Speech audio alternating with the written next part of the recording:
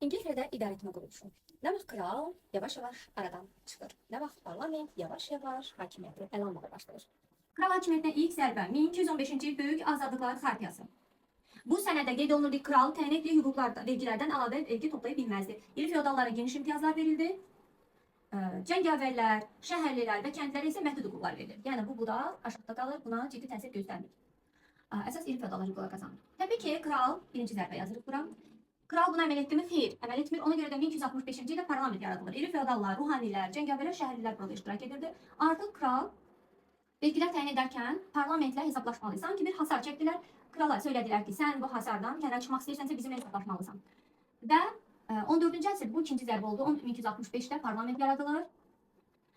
Üçüncü zərbə 14-cü əsrdə artıq parlament qanunlarının da verilməsində iştirak edəcəkdir. Dördüncü zərbə 1689-cu ildə hüquqlar haqqında bir sənədi ilə vurulur.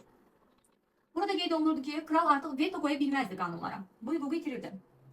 Parlament vergi təyin etmək, qanunlar qəbul etmək hüququna malik olurdu. Hüquqi dövlətin əsasları qoyulur burada. İngiltərə parlamentli monarxiya çevrilir.